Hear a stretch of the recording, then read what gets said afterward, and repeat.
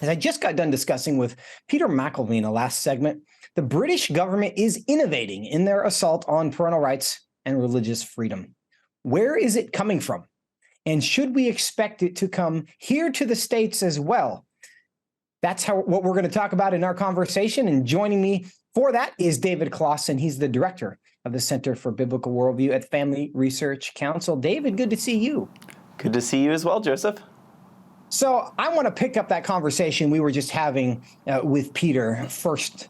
And in this idea that it is domestic violence to not use preferred pronouns. We've heard hate speech laws and things like that, and it's offensive and it's discrimination.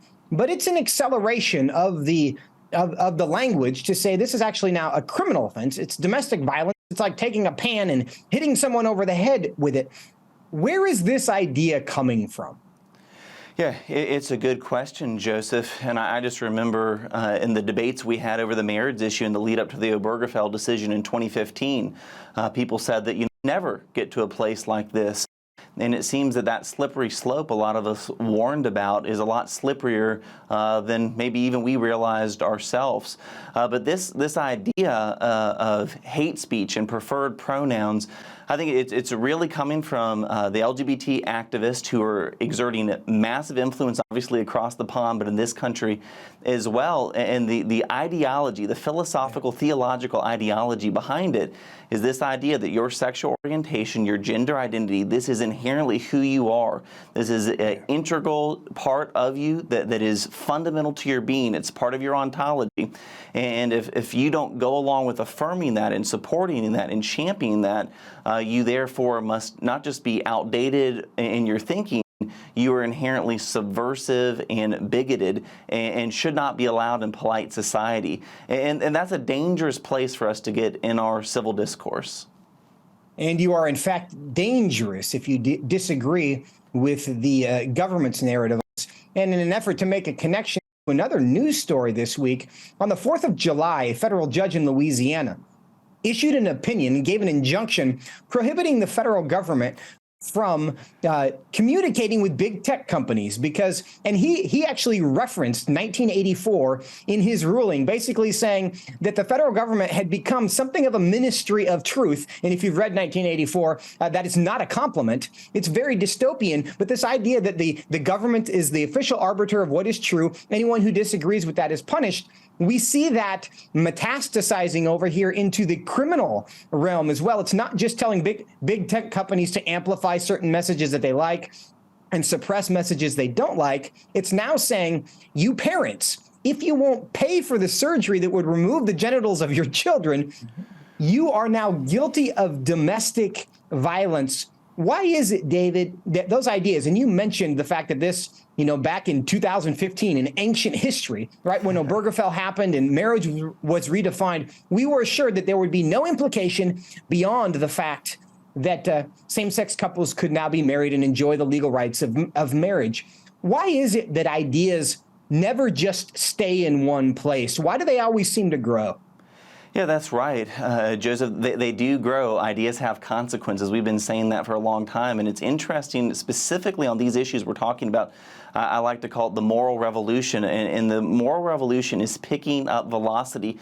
And Joseph, the logic of these things really go together. If you can redefine something as basic to civil society as marriage, well, why can't you also redefine what it means to be human? Why can't you redefine what it means to be male and female? And so again, as we get untethered and unmoored from even remote understanding of kind of Western civilization influenced by a biblical worldview, then other ideas are going to rush in and fill that void. And as our culture increasingly is less biblically literate, we shouldn't be surprised that these secularized ideas are going to fill that void. And you're seeing that. And again, the Carl Trueman's written a really helpful book called The Triumph of the Modern Self. And the ideas he talks about in that book, this idea that the autonomous individual, the autonomous self, is the sole arbiter of truth.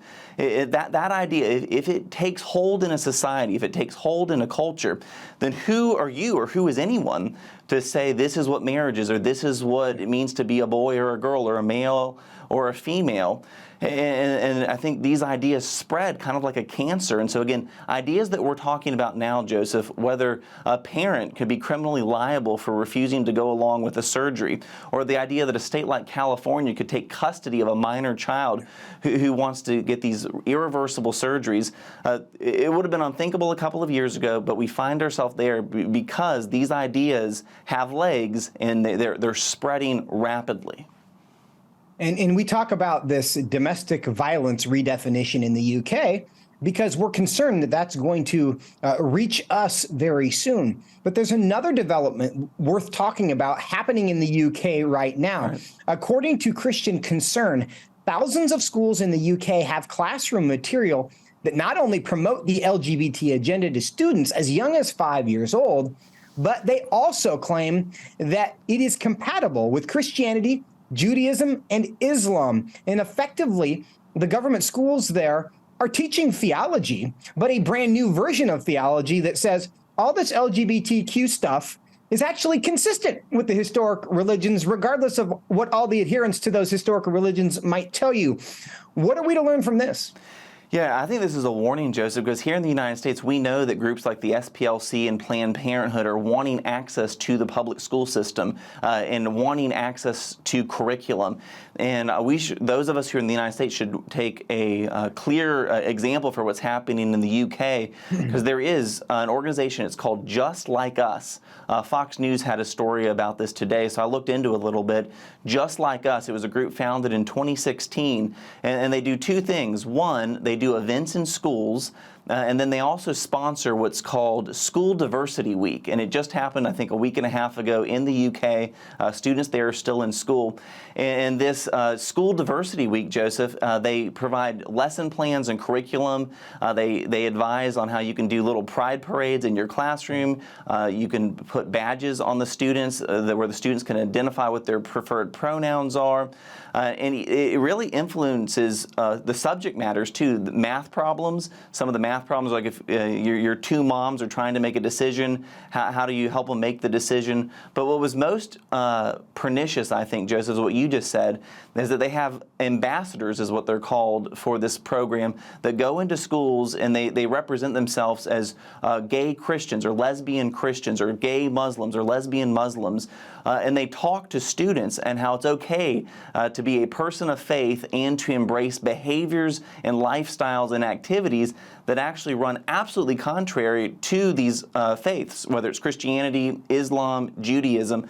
And apparently, Joseph, according to the report that Fox published today, thousands of schools now in the United Kingdom are using this, inviting this group to come in and put on events and inviting them to bring their resources and curriculum.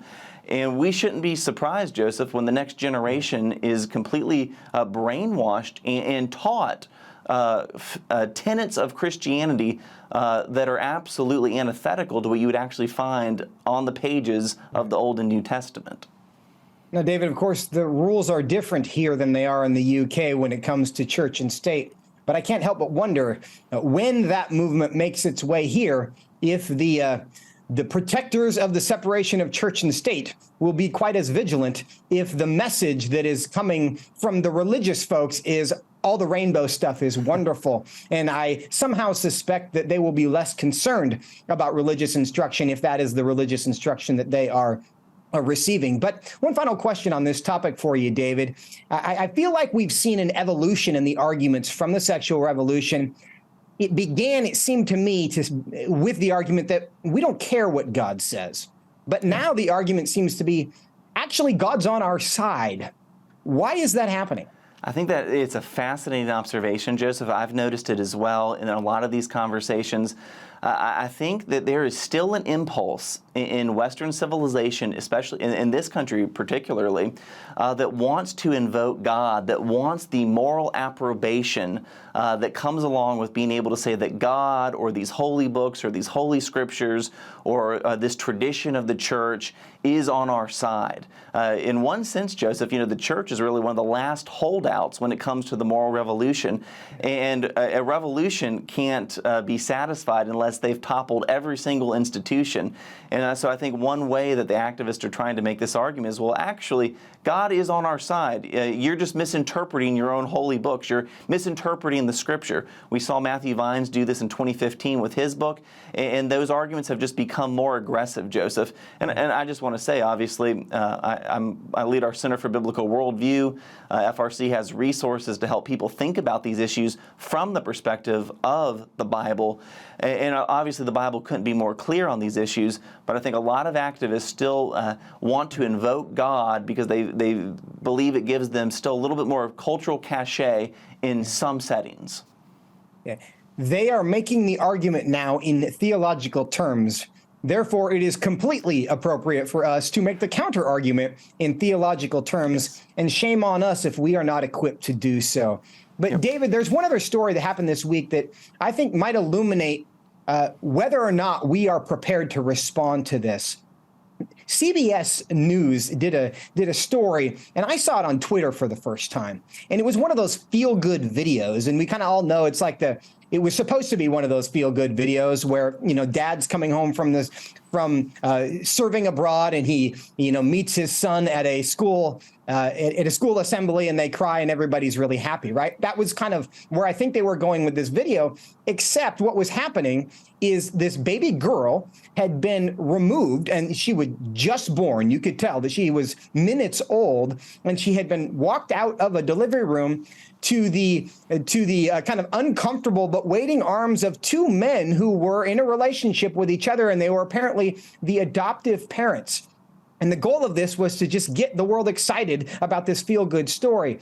But it was surprising because that video, which at least on Twitter had been viewed 31 million times, which is a remarkable number. I was really surprised by the response to that. It seemed like a lot of people, while there were certainly people, the LGBT crowd who was saying, oh, isn't this wonderful?